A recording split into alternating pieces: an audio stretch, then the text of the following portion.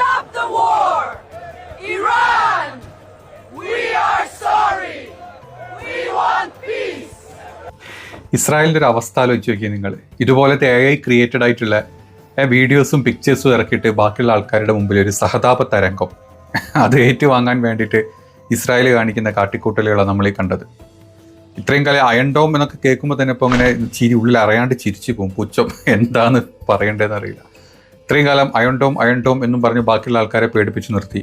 ഇപ്പോൾ iron dome വരെ കയ്യിൽ നിന്ന് പോയി, അല്ലെങ്കിൽ അയൺ ഡോം വെറും നോക്കുകുത്തിയായിട്ട് ഇങ്ങനെ മിസൈൽ ഇങ്ങനെ പോകുമ്പോൾ അയൺ ഡോം ഇങ്ങനെ നോക്കി നിൽക്കും, അപ്പുറത്ത് മിസൈൽ വെക്കുമ്പോൾ അയൺ ഡോം ഇങ്ങനെ നോക്കും. ഈ അവസ്ഥയിലോട്ട് ഇറാൻ ഇസ്രായേലിനെ മാറ്റിയെടുത്തല്ലോ, അതും 6-7 ദിവസം കൊണ്ട്.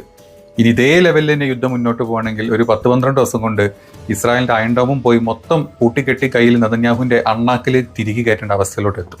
അതിൻ്റെ ഇടയ്ക്ക് അമേരിക്ക സഹായിക്കായിരിക്കും. അമേരിക്കനെ പോലത്തെ ഒരു സഹായത്തിന് വന്നു കഴിഞ്ഞാൽ ഇസ്രായേൽ തീർച്ചയായിട്ടും ഇറാൻ എന്ന രാജ്യത്തിൻ്റെ മേലെ മാക്സിമം ഉണ്ടാക്കാൻ പറ്റുന്ന അത്ര പ്രഹരം ഉണ്ടാക്കുകയും ചെയ്യും. പക്ഷെ തോൽപ്പിക്കാൻ പറ്റില്ല ഇറാനെ. അതാണ് ഈ ഒരു യുദ്ധത്തിൻ്റെ അവസ്ഥ എന്ന് പറഞ്ഞത്.